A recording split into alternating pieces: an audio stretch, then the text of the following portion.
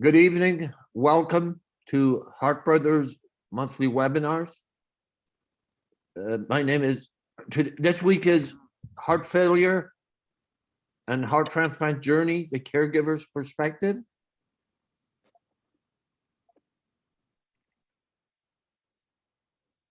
My name is Hamid Madavi.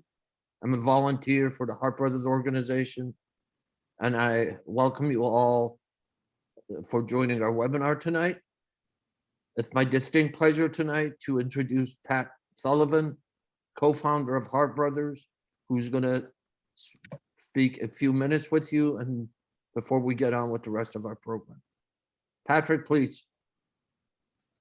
Hello all. Thank you all for joining us. First of all, I'd like to thank Hamid and Joy, who are running the show here tonight.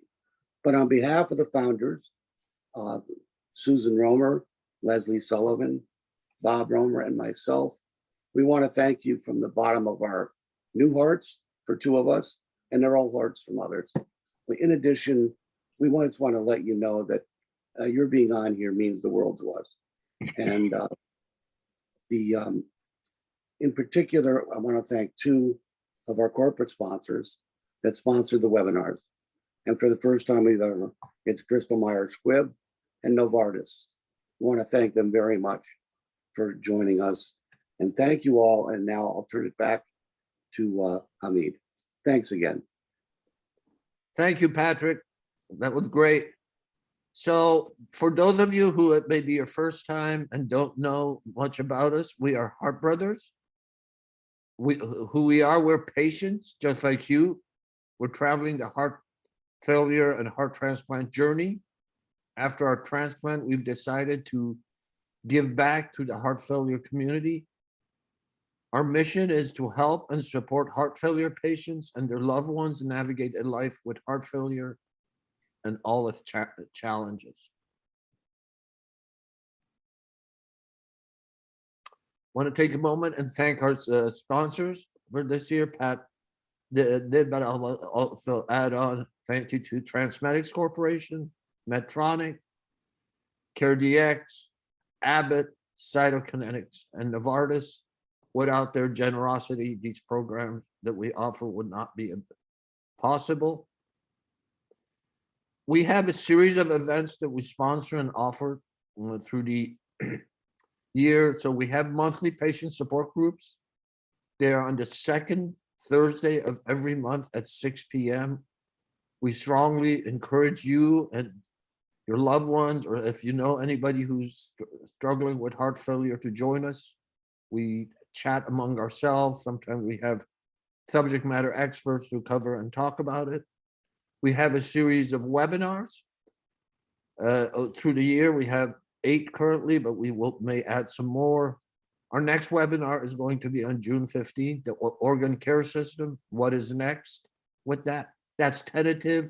We're still trying to work out some logistics, so hopefully we will be able to have that. On August 1st, we have our 6th annual Guston Golf Classic. On October 28th, we will have our Friendly Feud 2 fundraising night. That's a great fun night, gala in Boston, where we do fundraising to support Heart Brothers House and our patients support programs. October 2nd through the 10th, we'll have our 3rd annual Member for a Day golf auction.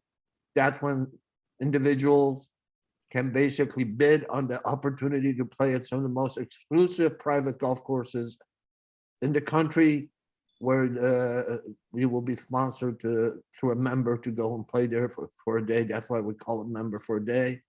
And on December 1st and 2nd, we'll have our 8th annual Team Heart Brothers Symposium, which is the volunteers from Heart Brothers. We get together and for a couple of days, we talk about how we can better serve and support the heart failure and heart transplant community. Just want to put a little notice that while today's participating medical professionals are licensed to practice medicine, you should always seek the advice of your physicians or medical team with any questions you may have regarding your specific medical condition. The information shared today is not intended or implied to be a substitute for professional medical advice from your healthcare providers. We all have had our experiences. We've all have experiences to share, but at the end of the day, please consult with your transplant center or medical provider to make sure you're getting the proper care directly tailored and focused for your needs. Some virtual meeting best practices. Please enter the full screen for higher quality viewing. Use the chat feature to make comments. Use the Q&A feature to ask questions. Joy and I will be monitoring both the channels, so we will make sure that we capture your questions and comments, and to the extent possible, we respond to them during the program. And in the chat, click the drop-down menu if you want to send a message to all, or you want to send a message to the panelists or attendees. So it gives you those options.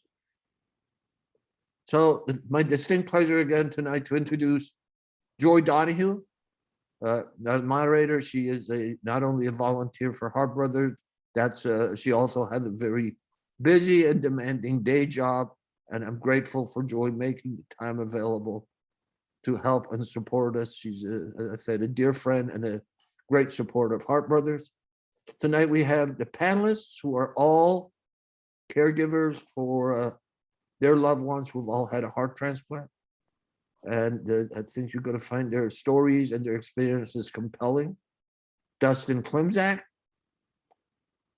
Debbie Rockwood, Leslie Sullivan, Susan Romer, and Ellie Madavi. Joy will further introduce you with them, but just wanted to let you know who they are. I also want to cover about available resources that HeartBrothers offer. We offer a couple luxury residences in the Back Bay section of Boston called the HeartBrothers House.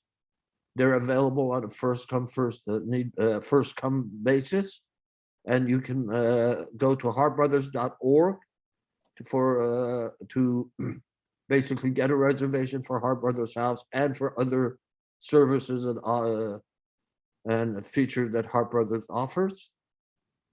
And here's how you can contact us. You can go to heartbrothers.org, our Facebook page, our Twitter account, and our other accounts. With that, I'm going to turn it over to Joy. And again, thank you all for joining, and Joy, take it away. Hi, everybody. My name is Joy Donahue, and like Hamid mentioned, I've had the distinct pleasure of being a HeartBrothers volunteer for some time now. I'd like to say thank you for joining us this evening for our webinar, The Heart Failure and Heart Transplant Journey, the Caregiver's Perspective. I would like to take a quick moment to advise the audience that we are recording this webinar and it will be available on the HeartBrothers YouTube channel shortly after the event. I'm so pleased to be spending this evening with such a wonderful group. Each of our caregivers have shared their transplant journey with their loved one and have joined us to share their experiences and answer any questions that the audience might have. So what I'm going to do now is actually go around to each of the panelists, starting with Leslie, and ask them to introduce themselves and share a little bit of their story with us. Leslie, if you don't mind.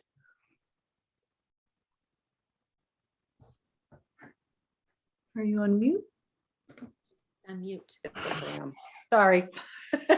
I'm Leslie Sullivan. My husband is Pat Sullivan, and he had 18 years of heart failure and then received his new heart in 2012.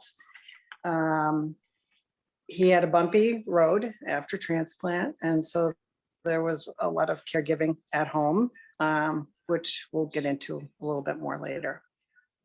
Thank you. That's great. Thank you, Leslie. Susan, you're up next, if you'd be so kind. Hi, my husband, Bob, was diagnosed with end-stage heart failure when he was 38. So we had a 12-year journey utilizing pacemakers and medicine more and more over the years. He progressively became worse. And in 2012, Ashley was put on the list for heart transplant, spent a year in the hospital. And in 2013, February 14th, he received a heart transplant. And so we've been 9 years past that, almost 9.5 years. So and doing well. Thank you so much, Susan. I appreciate that. Debbie, you're next, if you would. Yes, hi, I'm Debbie Rockwood. My husband, Glenn Rockwood, is a heart transplant recipient, and I have been his caregiver. His journey started probably about 20 years ago with ICD pacemaker and with a cardiomyopathy. And we knew somewhere down the road that eventually a heart transplant would be needed, but not as quickly as it ended up happening. He ended up getting a transplant in February of 2017. He was doing well, except in the fall of 2016, he got a infection, a staph infection, blood infection, and it all ended up in the surrounding wires and on the defibrillators that needed to come out.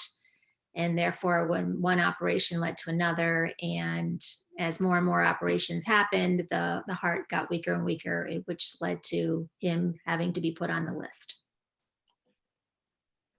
Debbie, that was great. Thank you very much. Dustin, if you'd be so kind. Hi, everyone. I'm Dustin Klimzak. My wife is Karen Klimzak. She was diagnosed with HCM, hypertrophic cardiomyopathy, as well in her 20s. So it's been about a 20-year road of progressive heart failure until she got the call for the heart transplant in late 2020. So she's about 1.5 years-ish post-transplant, and she's doing great so far. And I look forward to telling more details along the way.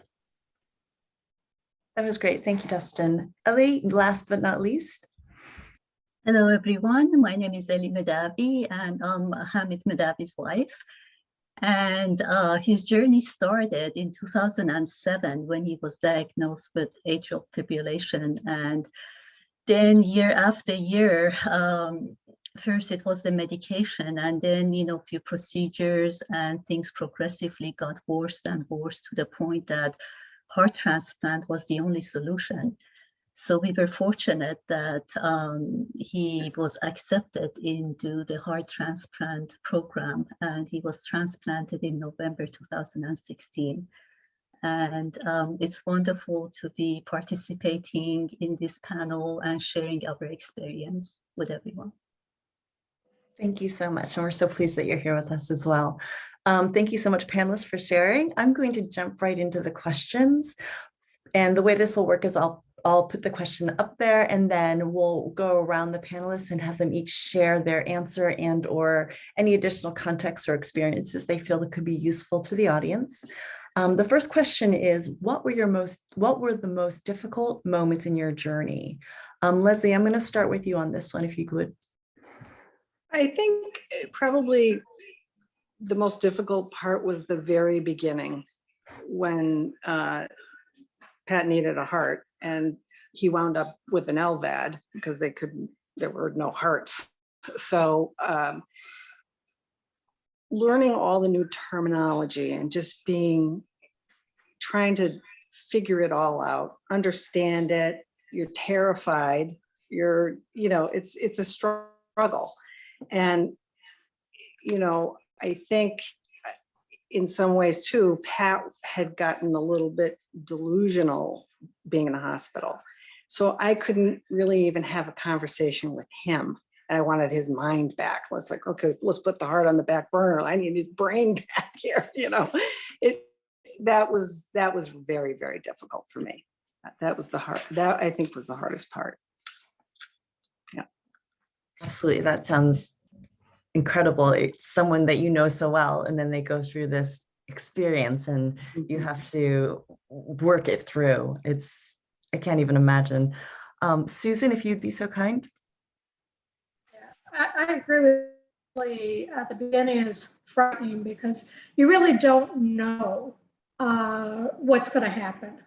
And I know that, my husband, they had to put in, obviously, an LVAD. And within 3 weeks, it threw a clot, and he had a minor stroke. And, they put him in the ICU. And I just remember walking in and with him. And, he would say one word, and he'd say the same word over and over and over again. And he would look at me like a child. And, that's the first time I saw Leslie, and realized later it was Pat and her that were in the ICU, and she was sitting beside him, and he was on all these different machines.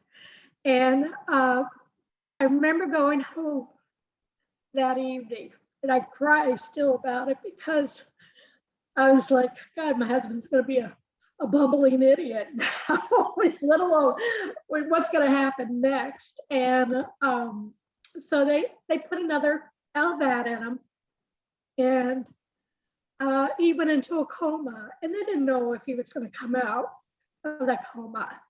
And thankfully he did. And that's when I realized the term, the tears of joy, seeing your loved one come back. And so that was one of the hardest moments for me. And I would say the other most difficult moment was the realization that he was going to have a heart transplant, and driving in to see that, to be there for him. And the wailing, I started wailing, and I realized, well, that's why they have a wailing wall in Jerusalem, because of those moments, and that you just don't know what else to do, and it was quite difficult, I know, but he made it through, thank God. So, Susan, thank you so much for sharing that. Like, I'm just like caught up in the emotion of such high highs and such like fear and lows, Yeah. and it's breathtaking. Oh my gosh. Debbie, if you'd be so kind. Yeah, I have to go along with Susan and Leslie. It was, for me, probably the very beginning. And the hardest part was the acceptance of hearing that he needed to have a heart transplant. Because like I said, everything was going fine for 20 years. And, we knew we had maybe 10 more years before we needed to think about transplant. But then all of a sudden, he ended up with this infection. And it was just such a quick downhill spiral, like within 3 or 4 months. And I can remember being in Mass General and Dr. D'Alessandro coming out of the first open heart surgery to try to take out the infected wires and putting in a new pacemaker. And he said the heart was damaged much more than he had even thought. And he said he needs a transplant. He's got about 6 months. So you need to make a decision. You want to do the LVAD route or stay in hospital, do transplant. And I was just dumbfounded, just in a state of shock. And then having to go tell Glenn this, then, after he woke up, getting through that. And then, like I said, then going into the doctor's appointment the next morning and deciding whether or not we want to go home with an LVAD and be put down on the list, not so much priority at that point, or, do we take the chance and stay in the hospital and hopefully be higher up on the list, be a priority, and, hope for a heart as soon as we could. And at that point, hearts were more readily available than when Leslie and Susan were going through this, but still we were looking, anywhere from, 90 days to 9 months type thing.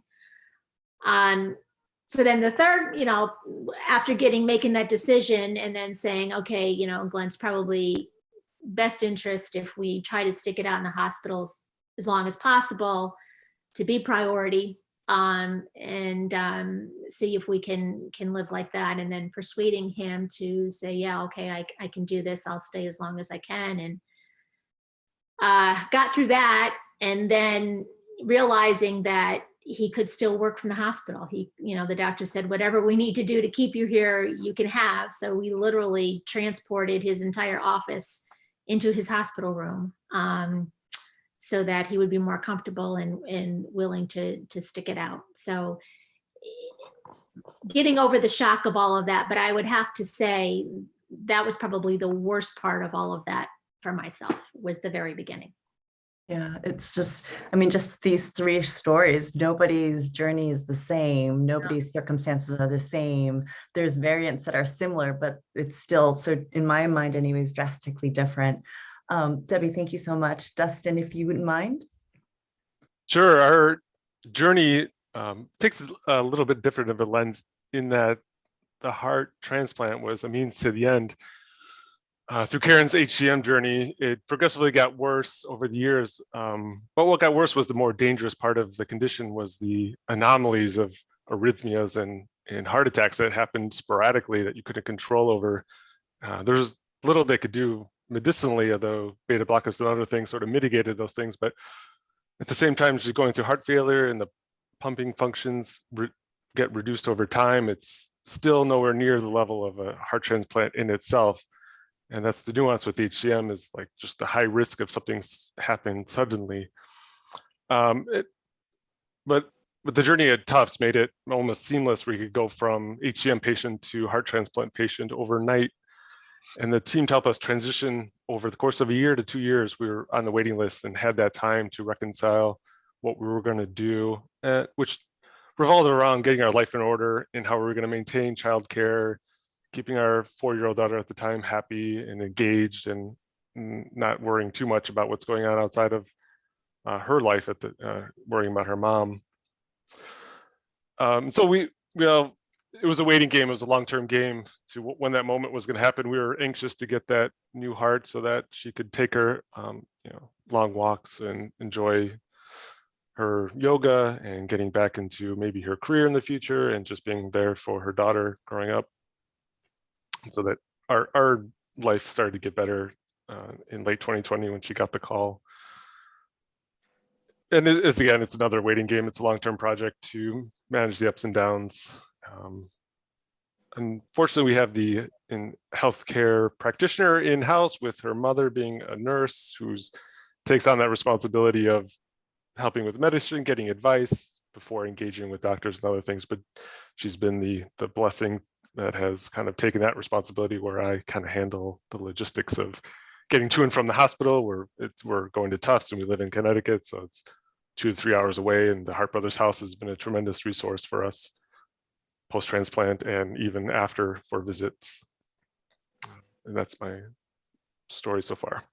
Dustin, thank you so much. And a lot of us are local, and we take for granted that we have these centers of excellence so available to us. And that's, to your point, why things like the Hart Brothers House are so important, to make sure that we can best take care of our community. So thank you so much for sharing. And then Ellie, if you'd be so kind as to share. Sure, I'd be glad to. There were many difficult moments. I think I share pretty much what everybody said, and as difficult as it was to kind of advocate for Hamid to get accepted to the heart transplant program, LVAD, learning how to change the dressing and learning how to put sterile gloves on, and all that, and the fact that his life is in my hand, that was overwhelming. The heart transplant operation and the recovery was so difficult, so difficult. It was one problem after another. And but the one that stands out for me, and it goes deep emotionally, is before we found out that he needed a heart transplant.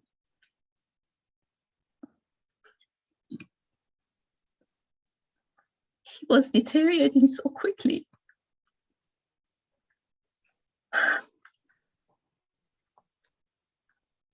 I remember one night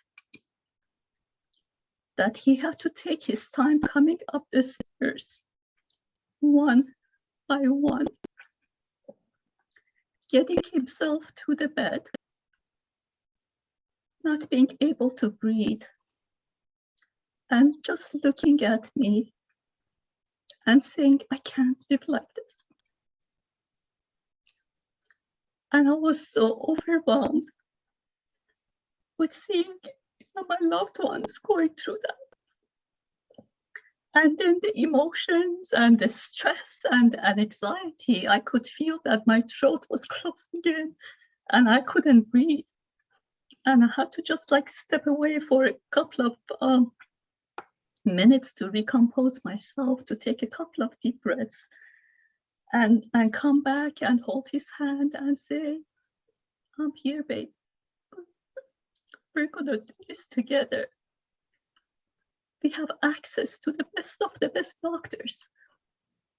And I'm sure there's gonna be a solution for this. And I think that's where I felt all by myself. I think after we found out the heart transplant program, it just gave me the hope, it gave me the light, it gave me the focus. Now you were driving towards something. And, but I think that night was one of the most difficult moments I've had in my life.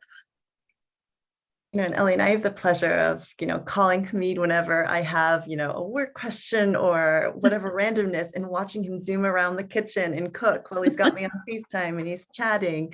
The idea of him in a deteriorated state is just unimaginable. But, to your point, there is such an isolation feel of having to deal with such a tremendous unknown and lift. So that's why I'm so pleased that, we have opportunities like this to come together and share stories and to give people not only hope, but resources in order to find that support, to not have that sort of feeling of being all on your own and dealing with such an enormous thing. So thank you for sharing. That was wonderful. So I'm going to now actually start with Susan. So based on what is maybe most outstanding in your memory, what do you feel made it easier to manage and navigate this journey with your loved one? I think, one of the things was to realize that, he was in good hands, and that. So, I made sure that, I could get there once a day at a minimum, initially twice a day, before work and after work. And so there was a challenge, with work, in that they don't believe you when you're on this roller coaster ride. And it's like one day after another, it's something new, something different. Your husband's cold blue, your husband's in a coma, your husband's having heart surgery, your husband's, and it was a daily thing. And so I started keeping in my calendar, just what was happening, where he was, what happened. Okay, he was in the ICU, he was down at Pratt 8, he was here, he got his, LVAD this day, he was in coma for this period of time. It was like, just to keep track of things. And because he wasn't going to remember any of this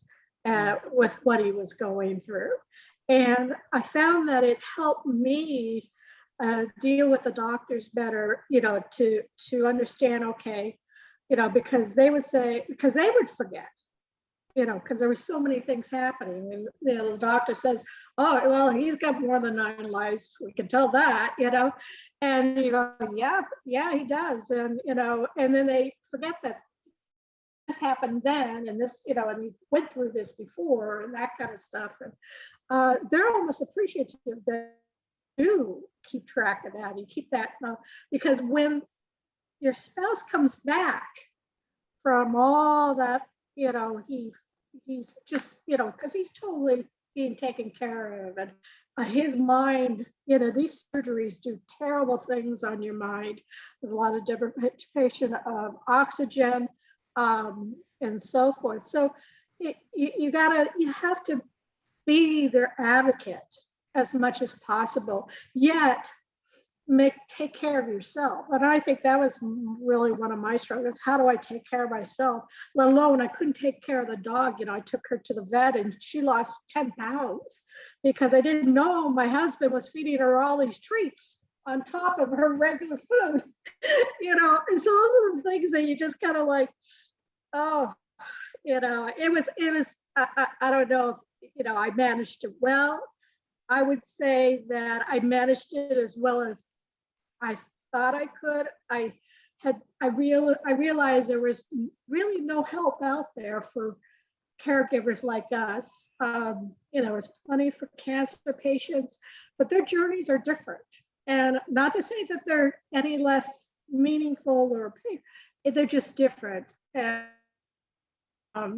so that's, how I dealt with it on a day-to-day basis. And of course, in the process, still lost my job, still, and those are challenges too. You get then two spouses that are without jobs because your loved one is in the hospital and he's not working, and you're, and so you're, the panic, I think, in this just a financial sense that we would see with families and the other spouses and loved ones, and how do you keep above water, in this situation? And it's very difficult.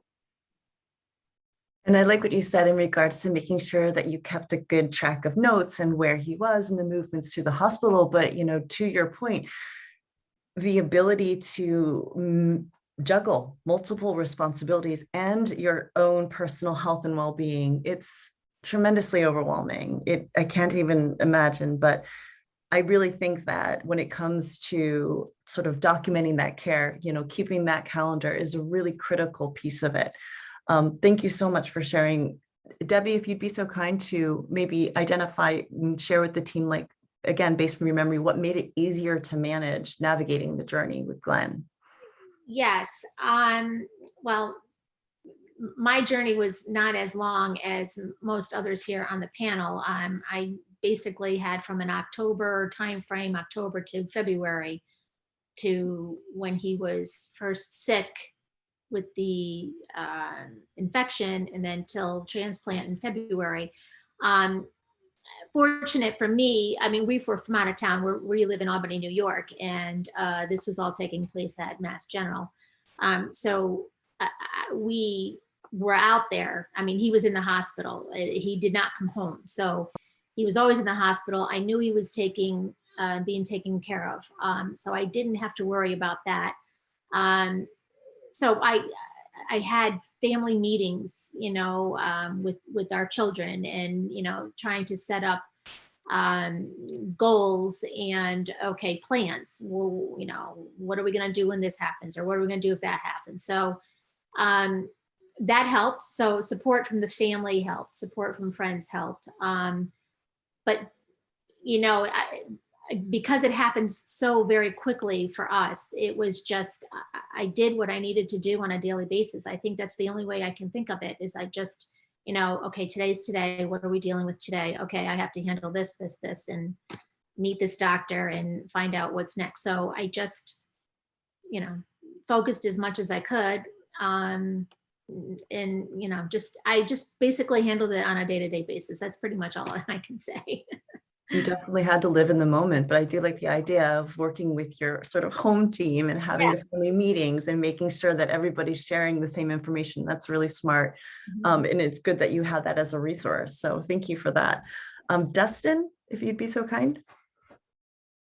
I think my Wi-Fi cut out for a moment, but I think we're on the navigate journey question.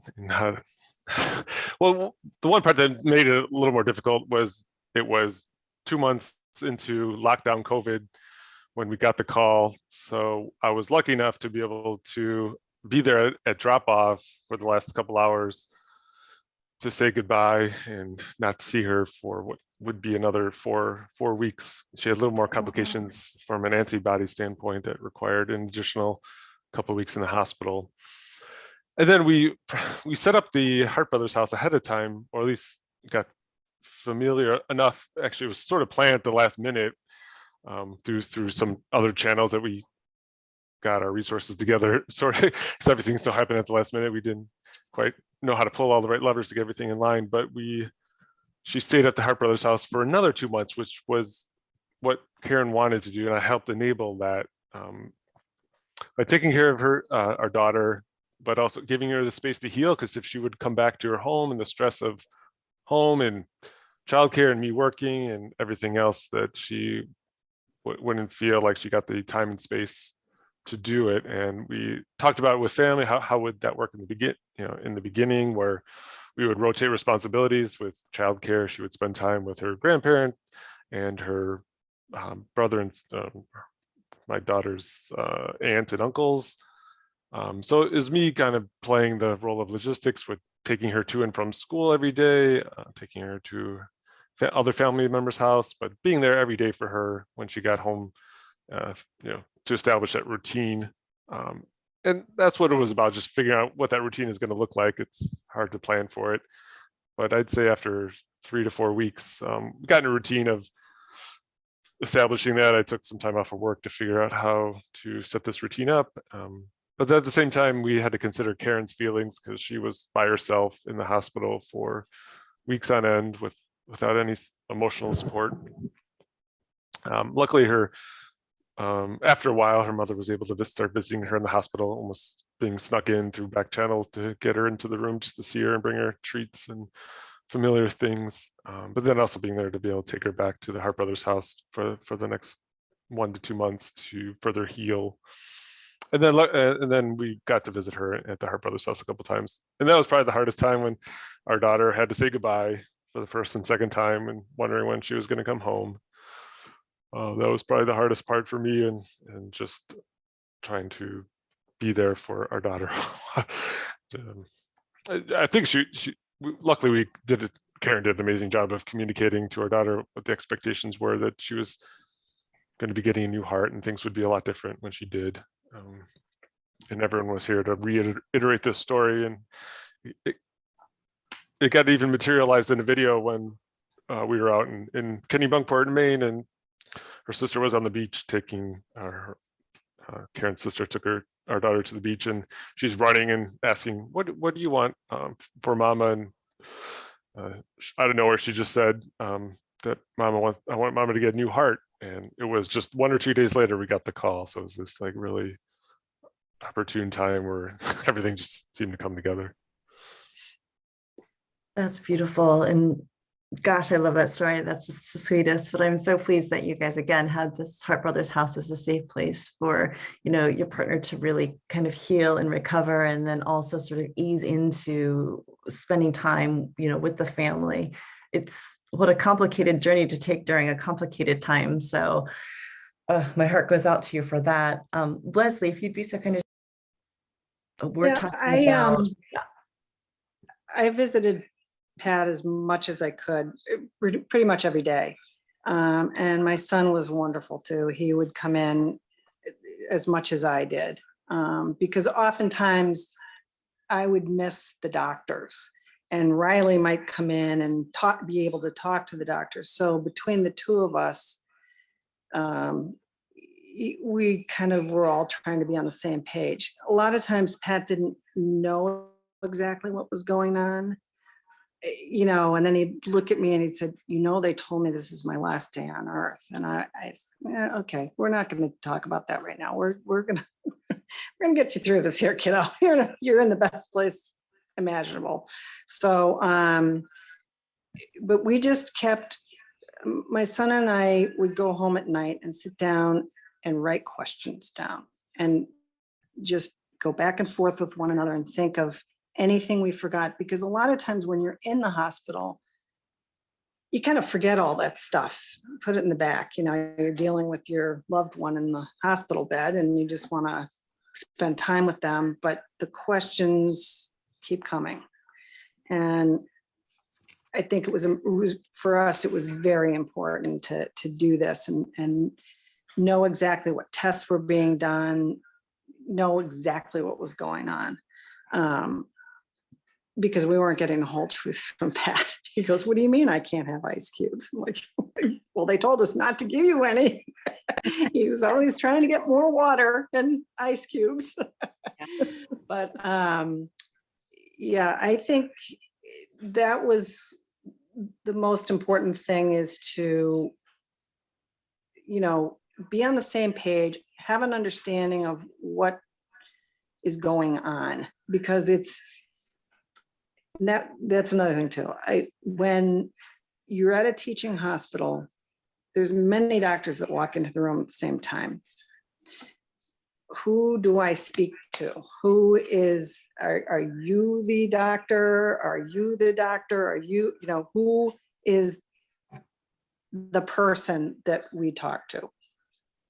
I mean, they're all residents and all that, and that's great, but I just, you know, I sort of felt a little overwhelmed, like, do I ask you this question or you? And so I think it's important for the doctors also to let you know that, and ask the questions, and ask the dumb questions too, because they're not really dumb.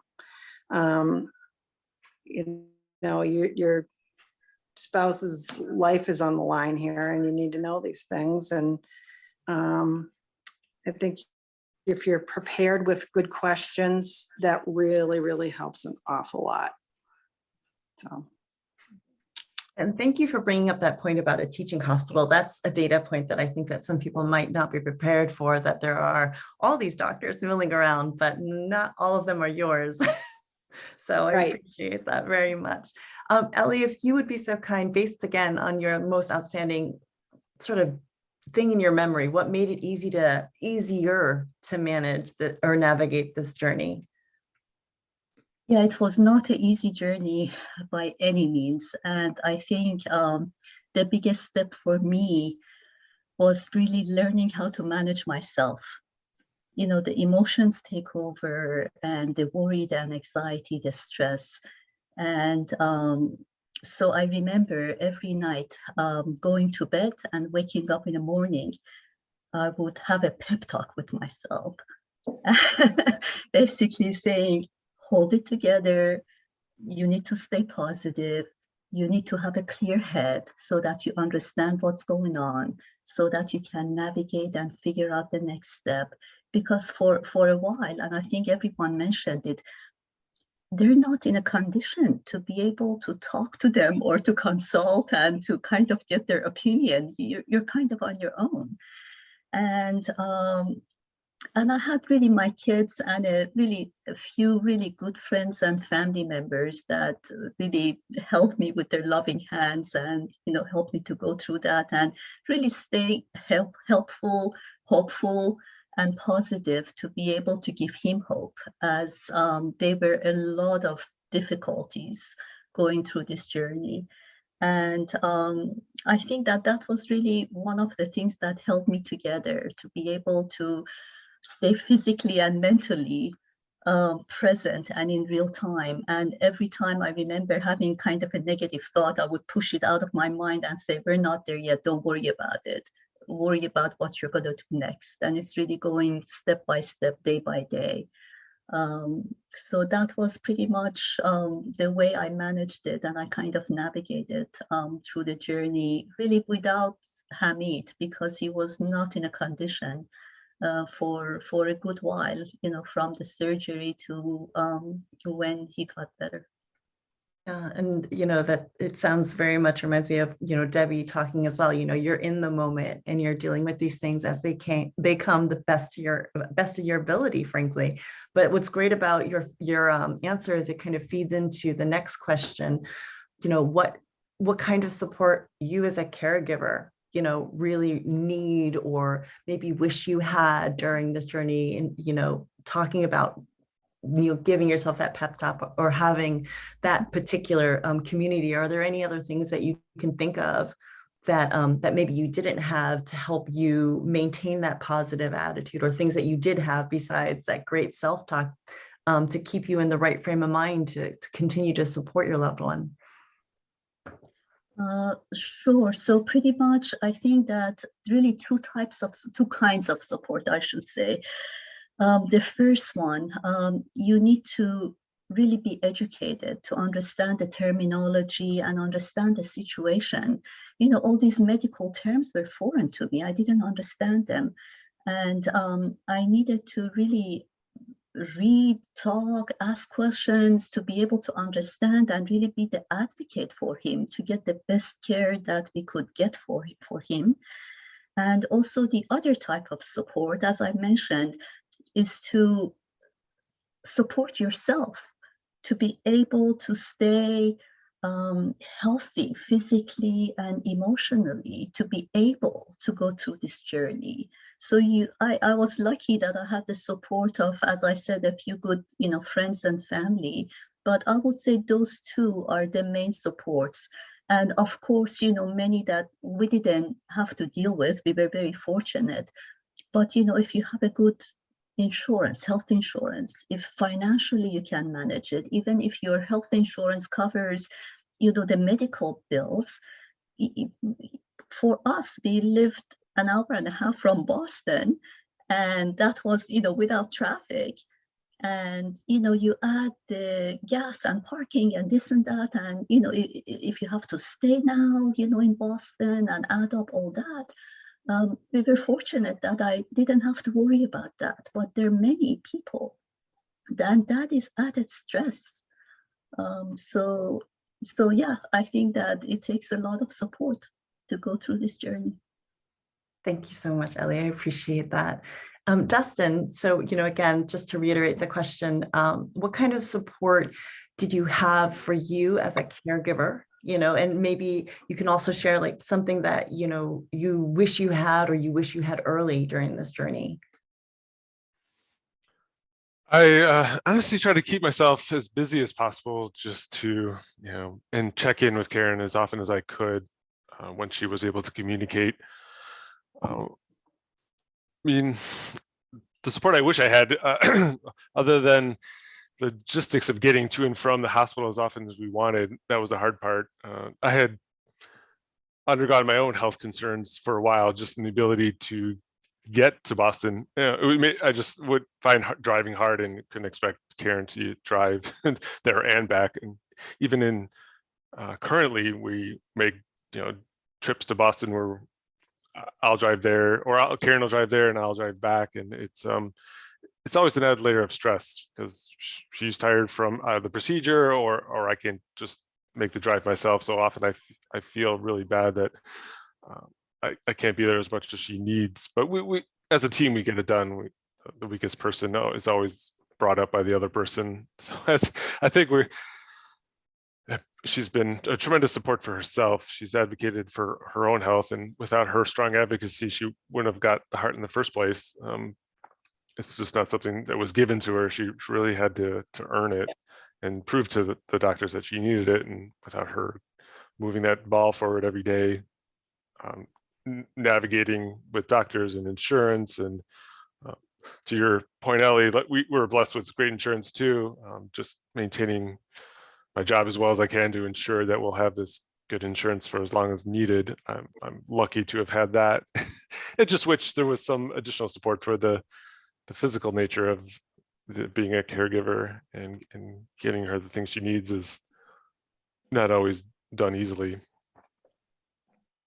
That's Yeah. great. Thank you so much. It's so multifaceted as far as, what you need as an individual to continue to support, your loved one during this incredibly, just the cerebral load associated, to your point, the insurance and the logistics of it.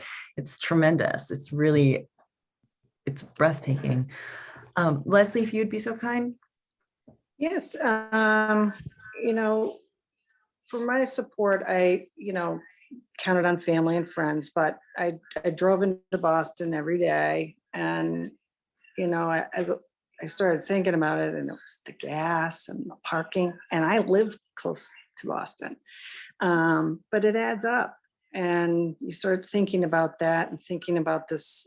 It's just a tremendous weight, and I wish I had a heart brother at that point. Somebody who'd been through this whole experience just to bounce off of, because the doctors and the nurses, they do their job, but they can't really help you with your stuff. And I think that's really important to do the best you can to take care of yourself, whatever that means for you. You know, it could be a hobby or something, but I just found that I didn't have the time for it. I was in warp speed all the time. Never, you know, my son was a rock. He was amazing. He was so helpful to me, and because I had somebody to bounce off of. And, but then I found that after it was all over, when Pat finally got his heart, and he had a couple bumps that first year afterwards, I dissolved. And that is when I really needed the support. So it's okay. It happens to everybody. So. Absolutely. And normalizing that is really important, I think, for us to make sure that we communicate with other caregivers. You can't be the captain all the time. You can't be strong all the time, and it's okay. It really is. Yep. Susan, if you would go next, please, that would be great. Well, that's really, you know, one of the things when my husband was, you know, waiting for his heart. And so he became the governor of the ward, the floor. And he was able to move around with his best friend, the pole, and, you know, and go visit people and stuff like that. And that's how Pat and him got to know each other, because Pat wasn't really mobile. And most of the patients, a lot of the patients weren't. And that was a good thing. But one of the things that he did was he offered to be a roommate to one of the men, Steve Mascott, who was a wonderful man. He is. And but he was from the North Kingdom of Vermont, and his family was not able to come down. And so that was one of the things that, you know, we noticed. It's like, oh my God, it's because, for one, it was a distance, and they had, you know, a lot of family needs and so forth, and large family, but they couldn't afford to stay in Boston. And so he was alone, you know, thank God, with Bob in the same room, and, you know, what I came to visit and so forth, but he was alone every day for weeks on end. I think there was a 3-month period where he didn't see his family other than through, you know, digital means. So that was, I think, one of the things that, you know, as we were moving forward and realizing, you know, what people need. And I'm in agreement with Leslie. You get past that transplant, you know, and you're on a roller coaster ride, and you don't know how to reach out to people. And you're so appreciative when people do something for you, but you don't know how to ask. And I think that's a real challenge. And I didn't have really anybody, you know, other than, you know, my parents were old, you know, and so they had their own health problems. And Bob's family didn't know how to, you know, deal with it, even though he had a large family, on a day-to-day basis. You know, should they be there? Should they, you know, that kind of stuff. And so once it all ends and your husband comes out the other side, of course he's very different than he was when he went in. You crash, and it's, you know, I don't know if a therapist would have been right during the process, but oh my God, it was needed afterwards. To deal with the post-traumatic stress of the ride that you were on, and the ups and downs, and constant not knowing from one day to the next whether you were going to have a spouse or not. And I think one of the things that I did, and I don't know, it was just a survival instinct, was I'm a planner. So I planned my life without him. You know, I constantly went over it, you know, every day. It's like, okay, if he died, what would I do? And I think there's a tremendous guilt there on the other side about that. And there's some anger there that they put you through this hell and they don't even know what they put you through. I think they have a concept of it, you know, but when they're going through it, they're insulated and you're not. And and they're almost to a point where they're afraid to tell you if something happened.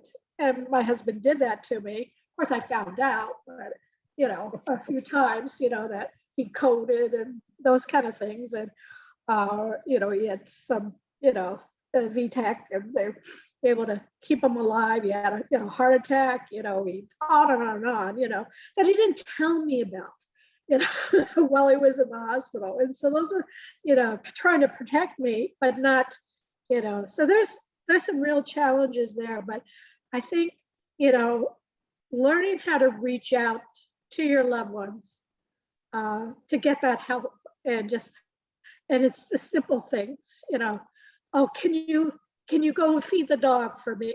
Can you know, that kind of stuff can make a huge difference because you're there, you know, until, you know, you can leave and then you go home and you go to bed and you get up the next day, you go to work and you first go to the hospital, then you go to work and you're just scrambling, trying to survive. And,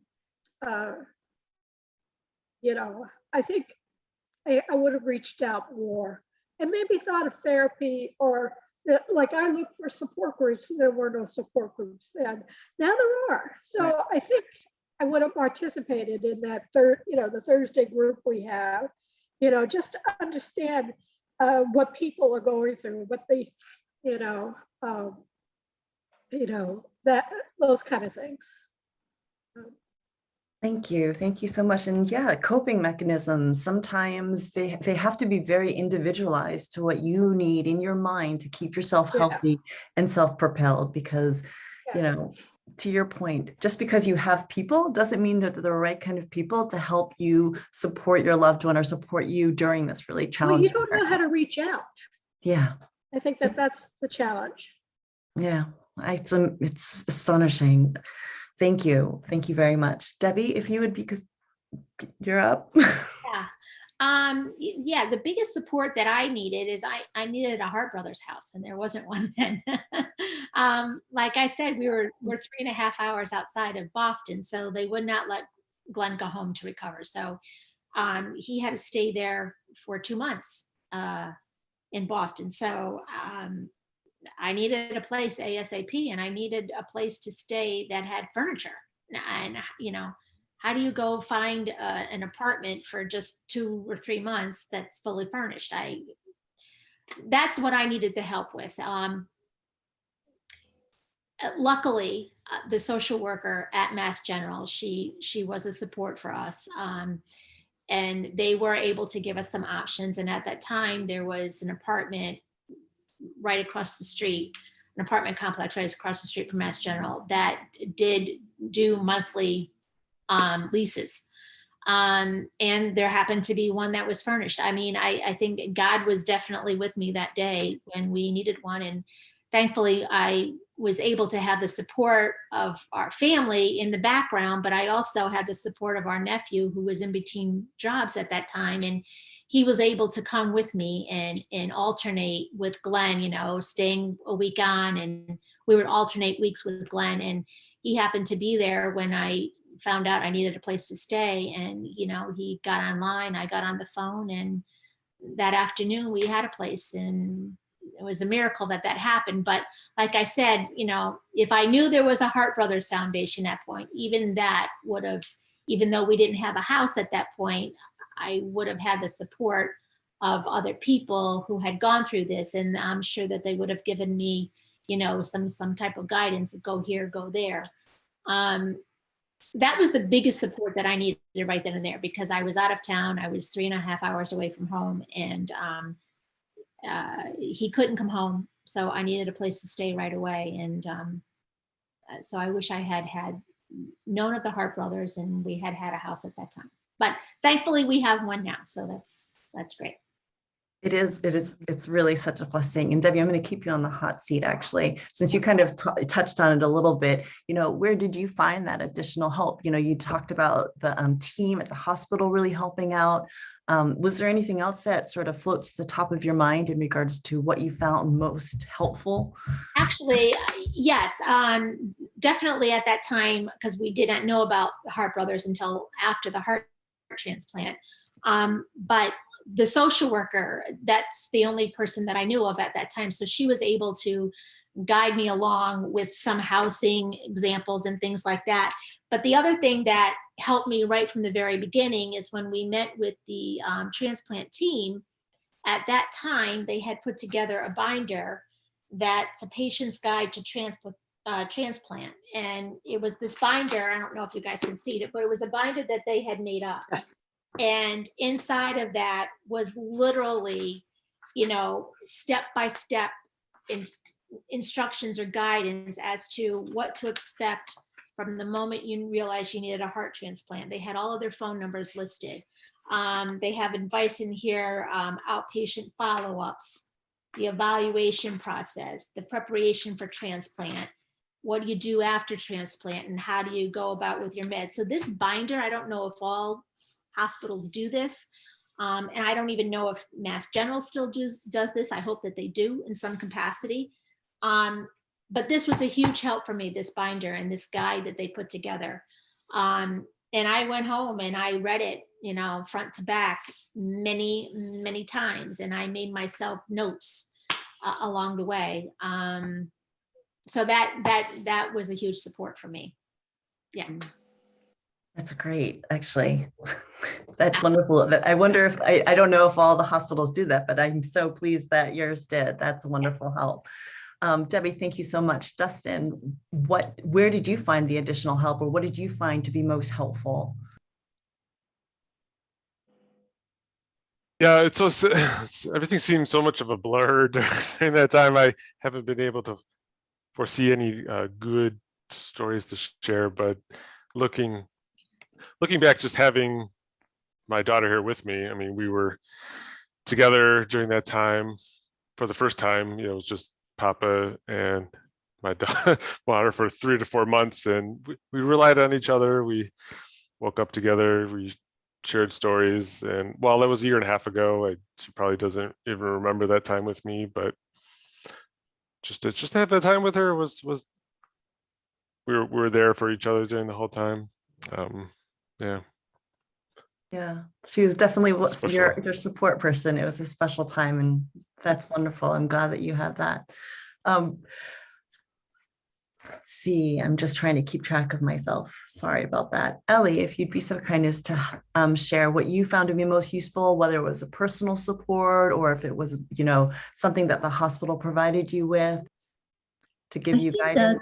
I think the hospital did provide us with kind of very similar to that binder with a lot of information and phone numbers and but what the other really helped that I thought was unique and I could have not done without it was my children. My daughter, let me give you a background. So we have a big family that is scattered around the globe. Hamid, being the loving, dynamic personality that he is, has a lot of friends and co-workers that were concerned. They wanted to know how he's doing, how is it going. So I was bombarded with phone calls, texts, emails, and I was so overwhelmed that I just couldn't deal with it. So my daughter came up with this app called Caring Bridge that you can post updates of the patients, and anybody can basically sign up and they can keep up with the status of how is it going today. And so that was really, really a lifesaver for me to save my energy and tell everyone, don't call me, don't text me. So I kept it to a very small team of my friends and family that we could just kind of quickly, if I need them, I could reach out to them. And the other thing was my son. I think Leslie also mentioned it. We came up with a system that he would call first thing in the morning, 5 o'clock, when he got up, to get the status from the night shift. How did it go that night? I would call later when the doctors had come in and kind of get a status of, okay, how's it going? How's he doing? And then really we would alternate on who's going in today to be able to manage. We were both working full time, and I think Dustin mentioned that you need to have the job to have the health insurance.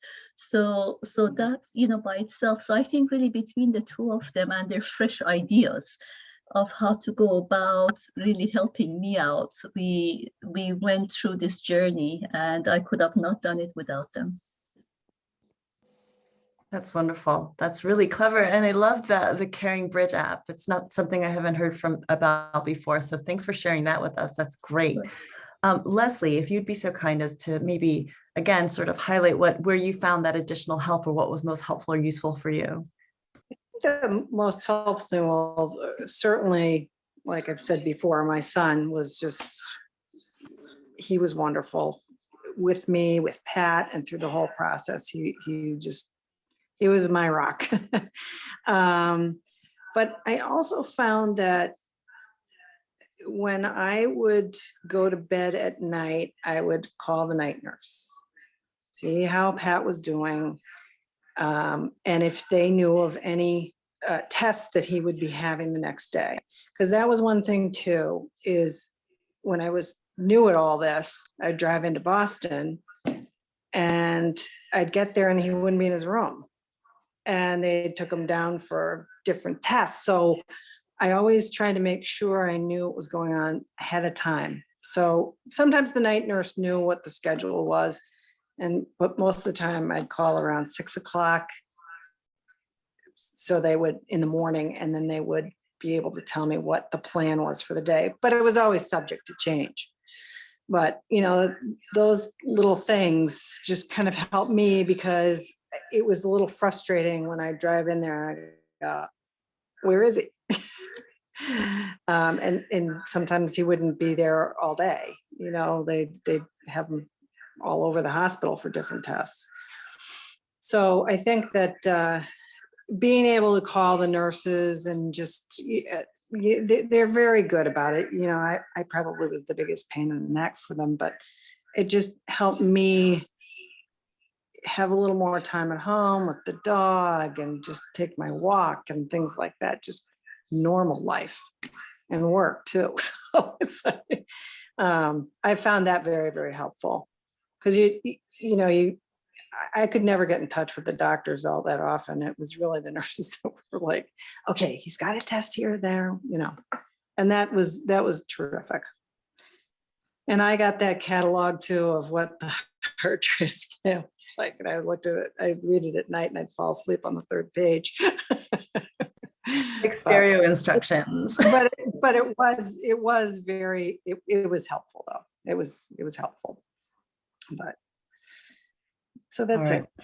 Thank you so much. I appreciate that. It's good to know who the nurses are, and like who's going to be in your corner and who's going to have all the information, because to your point, you don't have limitless time. You've got this entire life that needs sustaining. You can't be hunting around multiple floors playing Where's Waldo with Pat. Right. Susan, if you'd be so kind to share with us your experience, that would be great. Well, the nurses were great. You'd be in the weekend and some resident would come in and say, oh, I think we need to change your medication, and the resident would leave and the nurse would go, well, that's not happening. Because they knew, this resident doesn't know this patient from Timbuktu, it's a weekend and the regular doctors will be back Monday, and there was no need to change the meds. So the nurses always had the back of the patient, thank God. And they always knew, and the doctors knew, the nurses knew. So like in the ICU, with the physician, the surgeon said, oh, we can get you down, off the ventilator, today, the nurse said, no way, we got to do it gradually. It's not going to happen today. We need another day or two. And the doctor was like, oh, okay, because they knew, the nurses knew, what really the situation was, because they were there with the patient the most, and then, not being afraid to ask questions. I think that was, my strength, was, I researched everything. I watched videos of heart transplants and LVAD surgeries and the whole works. My husband still hasn't to this day watched any of those surgeries.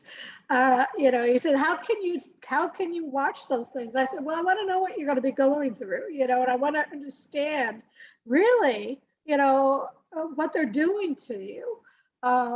And from a physical perspective, and so I have an understanding. So when, he was showing signs after the transplant of just cognitive dysfunction, and I said, something's not right. And so I did some study and some research, and I sent a John Hopkins research, paper on, cognitive dysfunction to Dr. D'Onofrio, the head of heart failure, and said, hey, I think that this is going on with my husband. And so they did the tests and stuff. And I said, this is something you need to be looking at more carefully, because these people have been on, heart lung,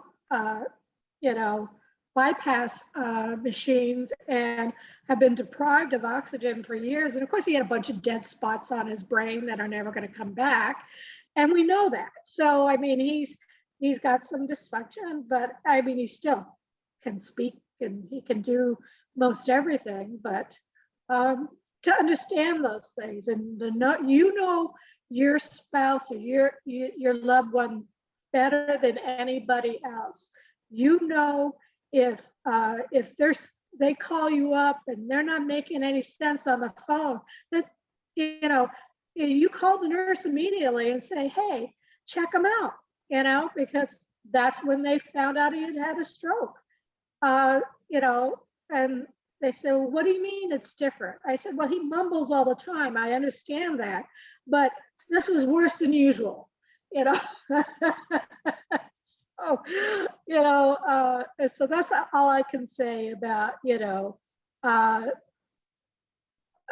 I would have to say the medical team was great. They don't look out for you so much as the patient, but they can help you tremendously by you not being afraid to ask those questions. Yeah. And I can't remember which panelist mentioned it, but they have a job to do, and your loved one is not their only job that they're doing that day or that week or what have you. So that keeping track of it, knowing and trusting your gut that your partner or your loved one or whomever so well that if something feels like it's wrong, it's probably wrong. But what you did bring up is a really good point. And if you don't mind me kind of keeping you here in the spotlight, talking about post-transplant, what do you wish that you knew? Like, it's not, you don't get your heart and you go back to what was. You get your heart and you start this new journey. So Susan, maybe you can, you talked about like some cognitive dysfunction and getting acclimated to the meds and this new reality, what do you wish you knew? It's not so much what I wish I knew. I don't think I understood that how different, because it was not good before the transplant. You have to understand. I mean, here's a very deconditioned individual that can barely breathe and barely can walk, across the room or speak without coughing, and those kind of things. And so, but after that, you don't realize that there are, things that are going to continue on. And I think Leslie can explain it better, because she had a much more difficult post-transplant. My husband, thankfully, has never been back in the hospital since post-transplant. he probably should be, from mental conditions, but from a physical condition, he never. But Leslie has dealt with it on a day-to-day basis, the post-transplant journey. And I think she would be better to say that it can be a truly difficult journey, that it's going to be different. It is better, far better than before, in so many ways, because they can do more than they could in the past, but they can't do everything. So you got to keep it in more of a de-stressed environment. You got to watch for anything that may look, so edema still can come up, those kind of things. Is he acting unusual compared to, and it could be the drugs he's having. There's more difficulties in the impact on the drugs that they're taking on the body over time. They're very susceptible to, types of cancers like skin cancer. And so you really have to be more sensitive to, the impact of the medicine cocktail that they're taking and the impact on the body, because it does do damage over time to the liver and to the kidney and so forth. So. Thank you. And Leslie, I think that Susan nominated you to go. Yeah, well, Pat was in the hospital for a year. He came home for maybe 2 weeks after his LVAD and had MRSA. And so I had to do the sterile field and change his dressings twice a day. And my dining room table just looked like it looked like a hospital operating room, because I had the saline and all these drugs were being delivered to the house. And he was on 4 different types of antibiotic to try and keep the MRSA at bay. Some would work for 2 weeks and then it would start getting bad again, and then tried all these stuff. And that was a little daunting for me, because that was something I didn't expect, that I would have to be changing IVs and stuff like that. I was like, oh my God, I'm not prepared for this. But I did it. The visiting nurses were very, very helpful to me at that time, because I felt like, oh my God, his life is in my hands. If he gets worse, it's going to be my fault. And that was tough to deal with. So that was for his 2 weeks that he had at home. Then he went back to the hospital and never left again until he got his heart. And he was trending downward. He was not doing well at all. So he was very fortunate to get his heart when he did.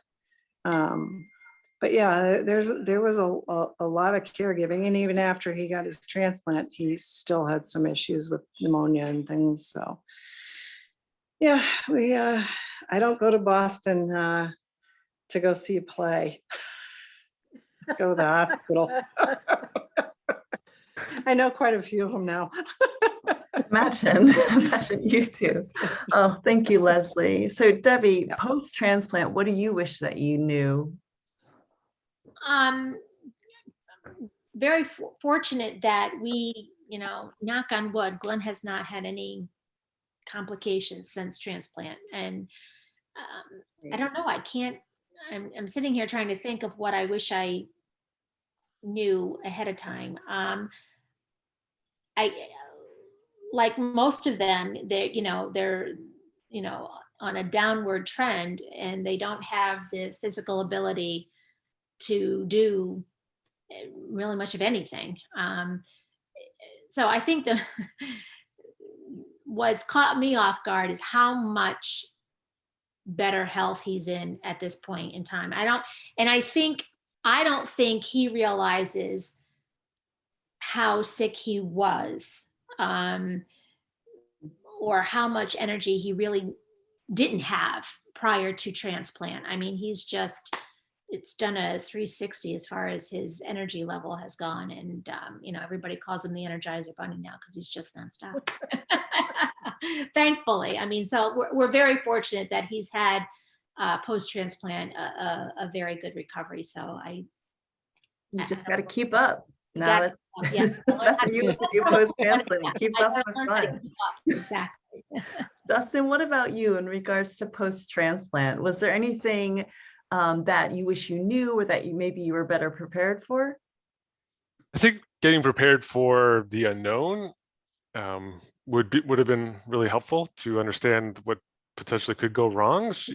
Karen luckily has a pretty successful post-transplant, but it's been these little things that have hurt her the most during routine biopsies, routine checks.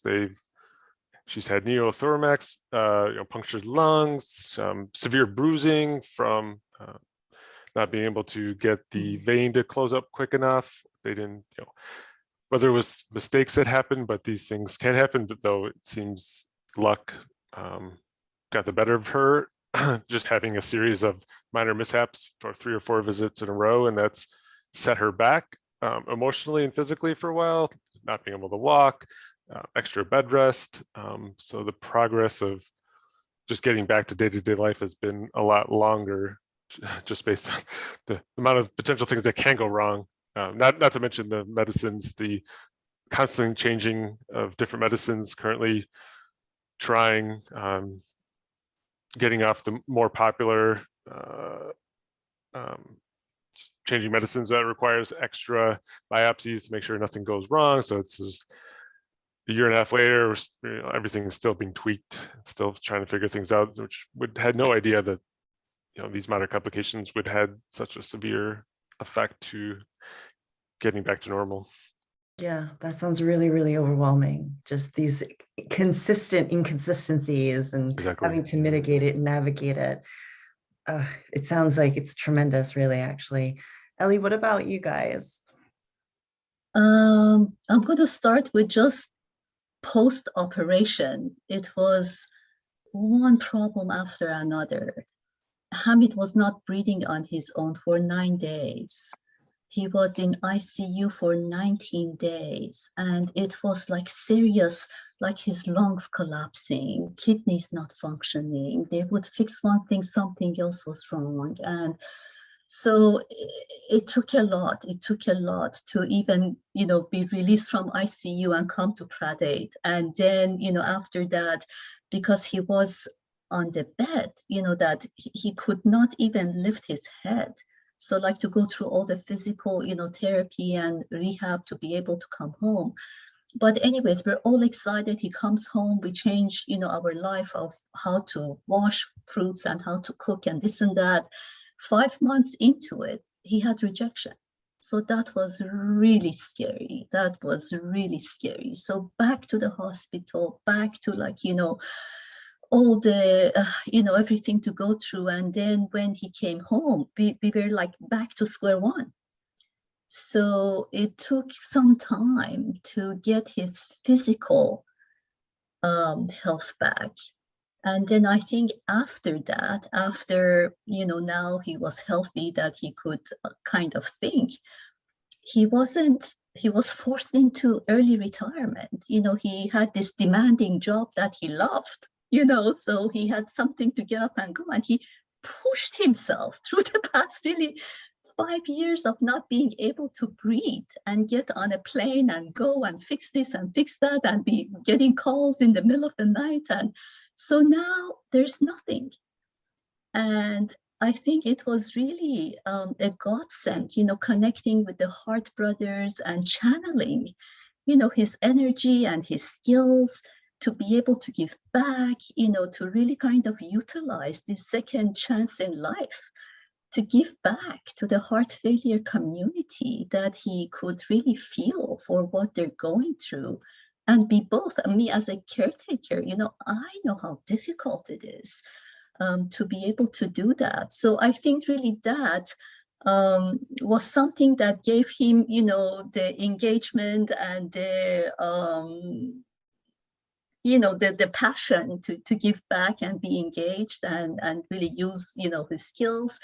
The other thing that I think has been a godsend as well is for us to really connect with our donor's mother and have this really loving relationship with her, and for the two of them to team up and give talks at the Donate Life organization that really encourages people to become organ donors. And I think that's really, after you go through the journey, if you don't have any physical health issues, you really need to find something that you are excited about, that it's fulfilling, and you get up in the morning and look forward to doing that. That's actually beautiful. We talk about here, we've shared, all of that the Heart Brothers do collectively to support the transplant community. But you don't think about the Heart Brothers themselves and how it does afford them the opportunity to give back. It affords them that community and that initiative. So I really appreciate that. We're actually coming up on our time. I do have one last question I want to sort of squeak in before we have to say goodnight, but I wanted to just take this opportunity to really thank the panelists. Thank you so much for sharing these experiences and these stories, and thank the Heart Brothers for being in the world to help this community have a place to go for support or for assistance if needed. It's such a beautiful thing. It's really, really important work. But before we all go and hand it back to Hamid to close us out, last but not least, Ellie, if you could choose one thing, what would be your advice for a new caregiver? I would say first manage yourself so that you can manage your loved one. And if you fall apart, if you cannot really manage yourself, if you need help, ask for help. There's plenty of help. I think the Heart Brothers, it's a fantastic organization. You have people to talk to from not only the patients, but if you need to connect to one of us. And any help that you need, I think Susan mentioned it too, don't be afraid to ask. So that would be my advice. Wonderful. Thank you so much, Ellie. We really appreciate you. Leslie, what about you? If there was one that you could offer up as advice? I would agree with Ellie. Just, reach out for help. Ask questions. Those are really important things. Have an advocate. Have somebody with you that can help you through this. A family member, a friend. It could be mean the world. Well, thank you so much, Leslie. I appreciate that. I think that's great. What about you, Debbie? One thing. Remember to breathe, and you need to know that you need to take care of yourself in order to take care of the caregiver. And it's okay not to be okay. And learn to ask for help. It's the strong people that know enough to ask for help. So, but mostly remember to breathe. Important. Very good advice. Thank you so much, Debbie. What about you, Susan? When your loved one is on a ventilator, not awake, go home. You're not going to make a difference at that time. Just make sure that they give you a call when he wakes up or they wake up. You being there by their bedside while they're in that scenario doesn't help anyone. Does not help anyone. Take care of yourself. That's great advice. That's beautiful advice, Susan. Thank you. And what about you, Dustin? Well, listen to yourself. It's pretty much echoing what everyone says. Listen to what you need. And if you need to immerse yourself in your loved one and figure out everything you need to do to take care of that person then or when they get home, to be prepared. Or if you need to listen to yourself and if you have to self-indulge a little bit, to knowing that you have to get yourself charged up a little bit and provide extra battery for what, during times of plenty, engorge and take advantage, because it's not going to be good forever. And so just giving you the strength to get through the hard times. You have to be selfish in the good times. That's true. That's very, very true. Thank you so much. And panelists, you've been wonderful. Thank you so much for sharing. And I get to hand everything back over to Hamid, who's going to close us out.